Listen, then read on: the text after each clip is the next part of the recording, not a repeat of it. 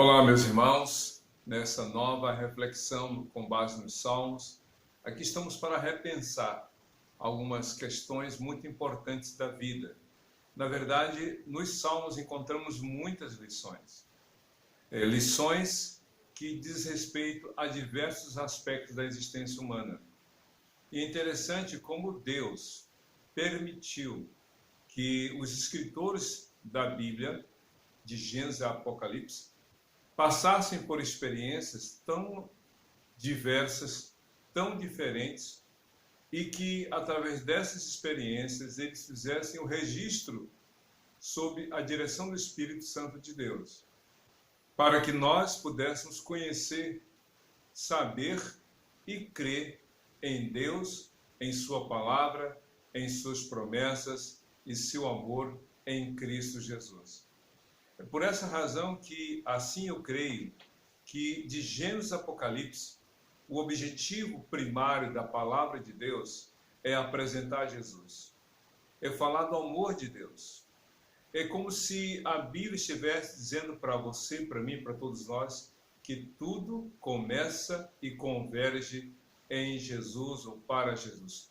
Tudo começa em Jesus e converge para Jesus. Se você ler Colossenses, já citei e repito, Colossenses capítulo 1, você vai observar, como também no capítulo 2, principalmente, que Deus colocou Jesus como centro de todas as coisas. Como Jesus é, de fato, Senhor soberano nos céus e na terra. Se você ler Filipenses capítulo 2, você vai perceber que ao nome de Jesus todo joelho se dobrará e toda língua confessará que Jesus é o Senhor. Que bênção saber que a vida que Deus deu para você, para mim, para todos nós, começa aqui neste mundo, mas não termina nele. Há uma eternidade reservada para todos nós. A diferença é com Jesus ou sem Jesus. Por isso que o próprio Jesus, no livro de Lucas, capítulo 24, a Bíblia diz que, começando por Moisés, passando pelos profetas e pelos salmos, anunciou aos seus discípulos aquilo que dizia respeito a ele. Então, Jesus incluiu, ou melhor, falou de Moisés e passando pelos profetas e pelos salmos. Se você observar bem, é praticamente uma referência quase que à totalidade do Velho Testamento. Então a Bíblia fala sobre Jesus. E ele incluiu os salmos que apresentam, que falam sobre Jesus. E o salmo agora em questão, que estamos para refletir sobre ele, refletir nele, é o salmo número 59, também escrito pelo rei Davi. E como eu falei agora há pouco no início, as experiências dos escritores, de alguma forma, trazem lições para a nossa vida. Então, o nosso olhar não deve estar restrito à experiência dos escritores, mas a mensagem que está em cada uma delas presente. E o Salmo 59 foi escrito num momento muito crucial. Davi, se você ler 1 Samuel capítulo 19, Davi já era casado com Mical, a filha de Saul. Saul havia tido alguns filhos, dentre aqueles filhos estava uma jovem que ele prometera dar a quem realmente vencesse o gigante Golias. Eram 3 prêmios, né? Se não estou enganado, 3 prêmios que teria o vencedor na batalha contra Golias. Seria casado com a filha do rei, o que o levaria ao status de genro do rei. Estaria a sua família isenta de pagar impostos, dentre outros privilégios. Então, diz a Bíblia que no capítulo 19 de 1 Samuel, Davi já era casado, genro, olha só, ele foi líder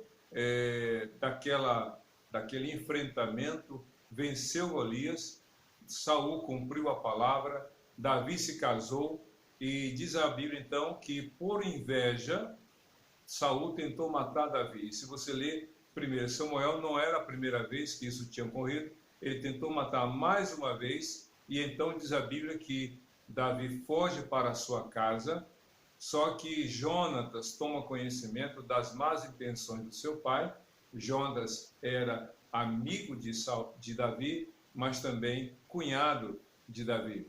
E então Jonatas assegura a Davi que estava sendo ameaçado de morte, e então a esposa de Davi diz o seguinte: se você não fugir hoje, amanhã meu pai irá mandar um grupo de soldados para prendê-lo e matá-lo.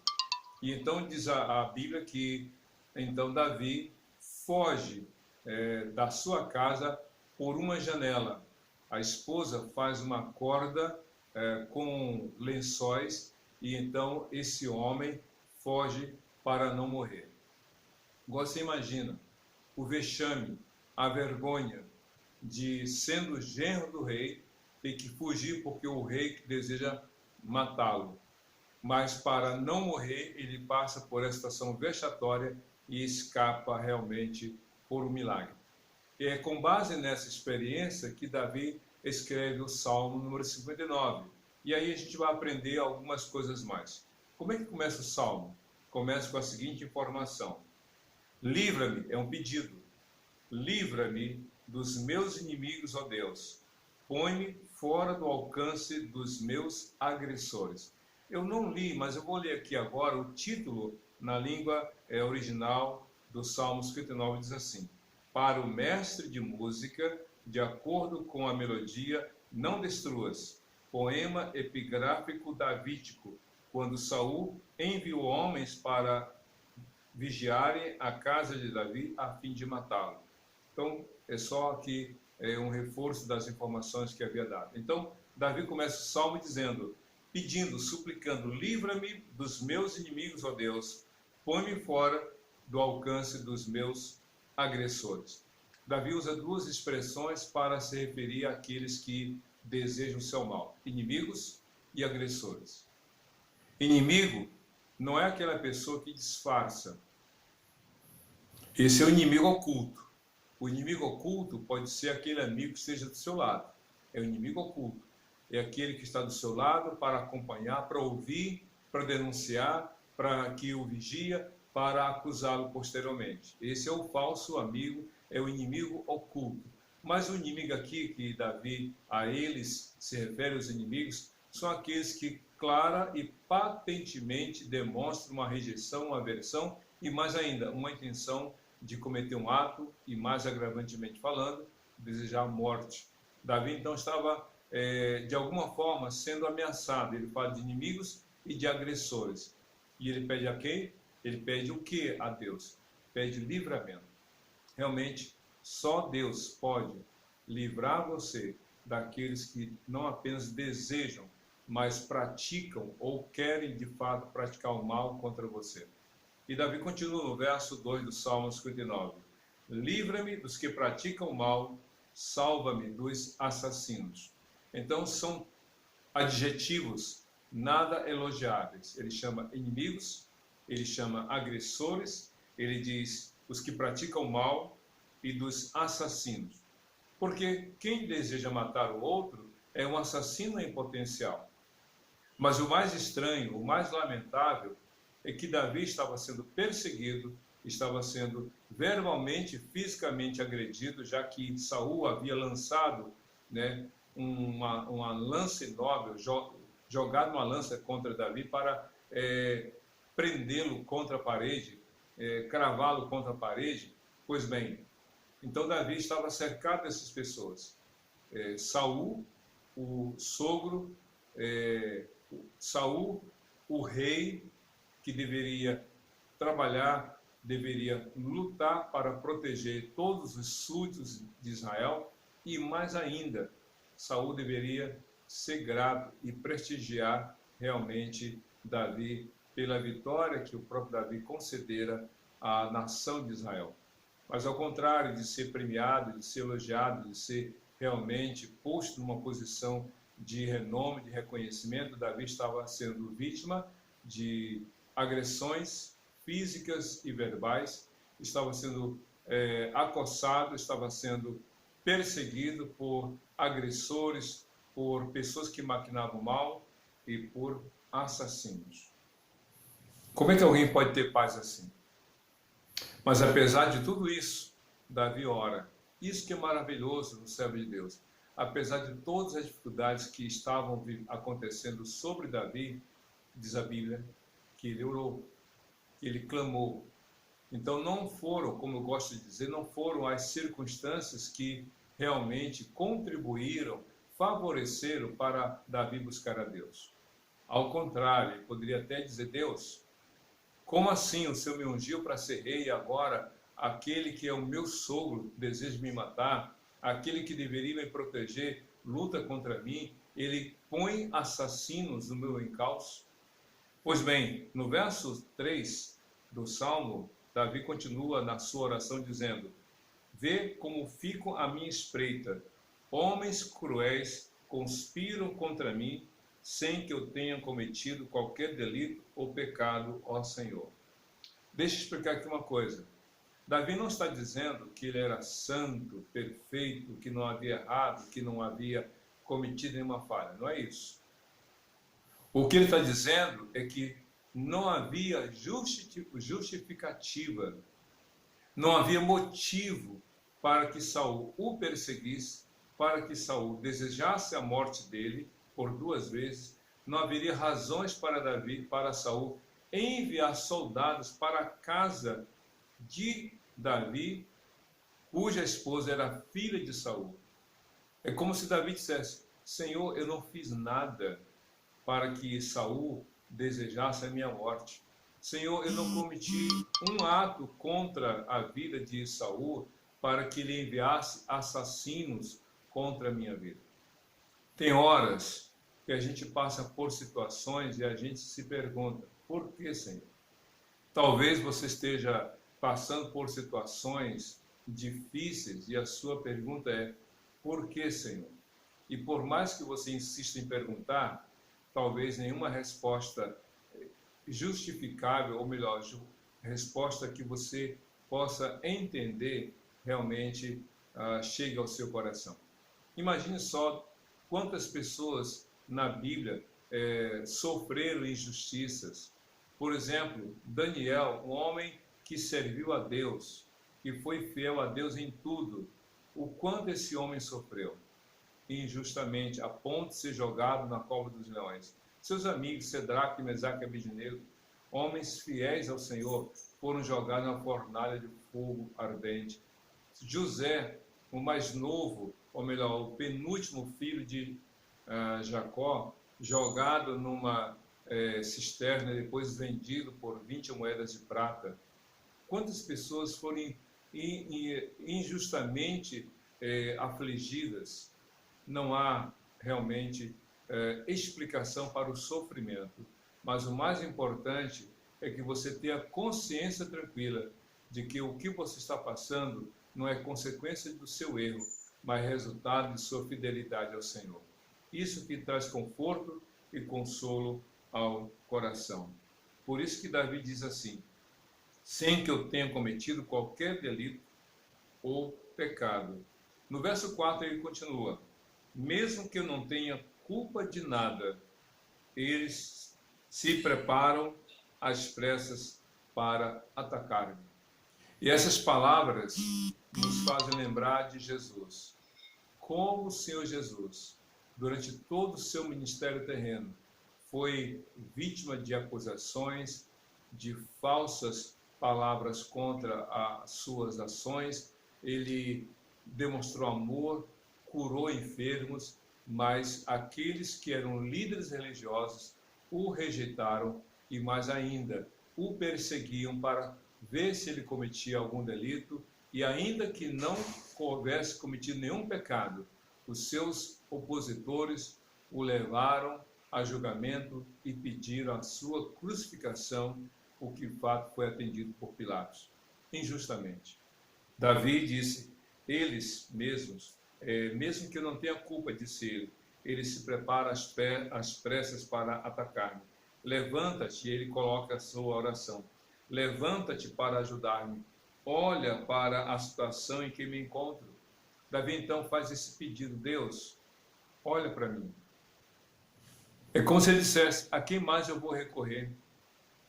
A quem mais eu vou suplicar? Quando a gente meditar no Salmo 73, só aqui uma referência, o escritor diz: a quem tem no céu além de ti? Não há na terra a quem o busca a não ser o Senhor. Então tem hora que não tem a quem mais a gente recorrer, senão somente ao Senhor. No verso 5 do Salmo 59, Davi diz o seguinte: ó Senhor, Deus dos exércitos, ó Deus de Israel, desperta para castigar todas as nações. Davi estava então demonstrando uma tristeza profunda, mas também, se estava triste por tudo aquilo que acontecia contra ele, ele demonstrou plena confiança do Senhor. Veja só, eu vou ler ainda o verso 5, ele diz assim: ó Senhor, Deus dos exércitos, desperta para castigar todas as nações, não tens misericórdias dos traidores perversos. Davi estava exatamente se vendo como uma pessoa que injustamente estava sendo perseguido, Davi, por aqueles que agiam como verdadeiros traidores. Como lidar com isso? E então Davi continua na sua súplica. Eles voltam falando dos seus inimigos. Eles voltam ao cair da tarde, rosnando como cães e rondando a cidade. Vê que ameaças saem de suas bocas, seus lábios são como espadas e dizem: quem nos ouvirá? A analogia que Davi faz é com aqueles cães. Os cães que no final do dia, no início da noite, no cair da tarde, os lobos, os cães saem dos seus covis, dos seus esconderijos para atacar. Davi sabia que em determinado momento aqueles que estavam em seu encalço deveriam sair dos seus esconderijos e se exporem em suas atitudes maldosas e destruidoras. Como cães, eles saem ao cair da tarde e rondam a cidade. Ou seja, era uma verdadeira patrulha que estava ali não só para vigiar, mas para encontrar e realmente eliminar Davi. Que coisa! E tudo isso motivado, sabe pelo quê? Pela inveja, pela insegurança. Saul era um homem fisicamente mais alto entre os hebreus. A Bíblia diz lá em 1 Samuel capítulo 11 que Saul, o mais alto dos hebreus, batia no ombro de Saul. Então Saul era fisicamente alguém de porte alto, de modo que todos pudessem se sentir orgulhoso por vê-lo como rei. Só que lá dentro, na sua alma, Saul era um homem medroso, tímido, inseguro. De repente, em outro momento, a gente pode até pregar sobre o perfil psicológico de Saul. Mas além dessa fragilidade emocional, dessa insegurança, dessa timidez, Saul também era uma pessoa invejosa. Porque diz a Bíblia que quando Davi matou Golias, as mulheres cantaram, as jovens cantaram: Saul matou milhares, Davi seus 10 milhares. E isso então soou mal aos ouvidos, Saul dizendo: a mim me atribui 1000, mas a ele 10.000. É como se Saul falasse no dia de hoje: Davi mal chegou, já quer sentar na janela? Não, eu sou mais velho, eu que deveria. Então ele começa a se levantar contra Davi, porque ele viu em Davi uma ameaça, não só à estabilidade do seu reino como soberano, mas ele viu em Davi realmente alguém que poderia se colocar no lugar do seu trono. E de fato, tanto Saul tentou e não impediu que Davi fosse o seu substituto. Que coisa triste. Tudo pela inveja, tudo pela insegurança. Quando a pessoa não tem segurança de quem ela é, o outro se torna ameaça, se torna um inimigo, sem que nada a pessoa tenha feito. Então Davi continua no verso 7 do Salmo 59. Vê que ameaças saem de suas bocas. Seus lábios são como espadas e dizem: quem nos ouvirá? De fato, o inimigo de nossas almas, o que ele sai, o que ele fala, é só para destruir. A Bíblia diz lá em Apocalipse capítulo 12, que Satanás é o nosso acusador, que dia e noite nos acusa diante de Deus. E ele envia seus súditos, no sentido de que aqueles que servem a Satanás também praticam as suas obras de acusação, de mentira, de calúnia, de difamação.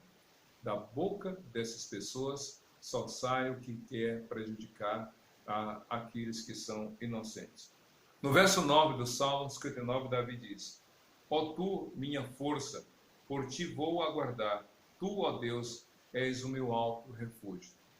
Imagine Davi, ungido rei pelo Senhor através de Samuel, genro do rei vigente que era Saul, genro casado com a filha do rei, agora para escapar com vida, sai por uma janela de sua casa. Que vexame, que vergonha. Por isso que ele diz: Senhor, tu és o meu refúgio, só em ti realmente eu descanso. No verso 10 ele continua: ó meu Deus fiel, o meu Deus fiel virá ao meu encontro e permitirá que eu triunfe sobre os meus inimigos. Somente quando você confia em Deus é que você pode esperar de Deus a vitória. Embora ungido rei, Davi estava numa condição de inferioridade. Ele não tinha forças para lutar contra Saul, ele não tinha forças para lutar contra aqueles que foram enviados ou para matá-lo. Então ele foge e ele espera em Deus. O meu Deus fiel virá ao meu encontro e permitirá que eu triunfe. Só Deus pode dar vitórias. Quanta gente está vivendo momentos críticos em sua casa, vivendo momentos difíceis na sua família, no seu trabalho, mas descanse em Deus. Confie na graça e na misericórdia do Senhor para a sua vida. Confie que Deus cuida realmente daquilo que diz respeito à sua vida diante do Senhor. No verso 11 ele diz: não os mates, ó Senhor, nosso escudo, senão o meu povo esquecerá. Em teu poder faz-os vaguearem e abate-os. Essa palavra é um pouco estranha para um servo de Deus. Mas o que Davi está pedindo é aquilo que humanamente nós esperamos. Senhor, que tu me dês a vitória e que eles vejam essa vitória. Senhor, que tu me protejas e eles vejam o teu cuidado sobre a minha vida. Mas que eles sofram as consequências dos seus atos. Que eles sofram os efeitos danosos de suas más ações. Senhor, mostre para eles que eles estão errados. Quem pode convencer uma pessoa que deseja o mal contra você? Quem pode a não ser o Senhor? É isso que Davi coloca nesse texto. E ele continua, verso 12: pelos pecados de suas bocas, pelas palavras de seus lábios, sejam apanhados em seu orgulho, pelas maldições e mentiras que pronunciam, consome-os em tua ira, consome-os até que não mais existam. Então se saberá até os confins da terra que Deus governa Jacó. Então o que Davi coloca é o seguinte: que eles experimentem realmente o amargor de suas palavras, que eles experimentem, que eles vivenciam os efeitos de suas palavras mentirosas. Eu já falei uma vez e repito: a felicidade é bumerangue. Você lança para o outro e a recebe depois. Mas também, de igual forma, a infelicidade. A infelicidade também é bumerangue. Por quê? Porque o mal que você deseja para o outro, em algum momento vai chegar até você. Por isso que Jesus disse lá em Mateus capítulo 7, aquilo que você espera que os outros façam a você, faça você a eles. Ou seja, o bem que você quer que os outros façam para com você, faça você a eles. Não é só o mal que você não quer receber, não dê para os outros. Não. É o bem que você deseja para si, vindo dos outros, Então, tome a iniciativa de oferecer a eles. No Salmo 59, Davi então aplica essa realidade de modo a que os seus inimigos, que rosnam feito cães, que estão ali com suas línguas como espadas afiadas, sofram as consequências, mas com que objetivo? Então se saberá que se saberá até os confins da terra que Deus governa Jacó. Que Deus governa Jacó. Que todos saibam até os confins da terra que Deus governa o seu povo. Que todos saibam que Deus cuida de você. Que Deus é o Senhor da sua vida. Que Deus sustenta a sua vida. Que todos saibam por aquilo que realmente Deus fará na sua vida. Você crê nisso? E se aproximando do final do Salmo 59, no verso 14, Davi diz o seguinte: eles voltam ao cair da tarde, rosnando como cães e rondando a cidade. Parece um refrão, mas de fato é.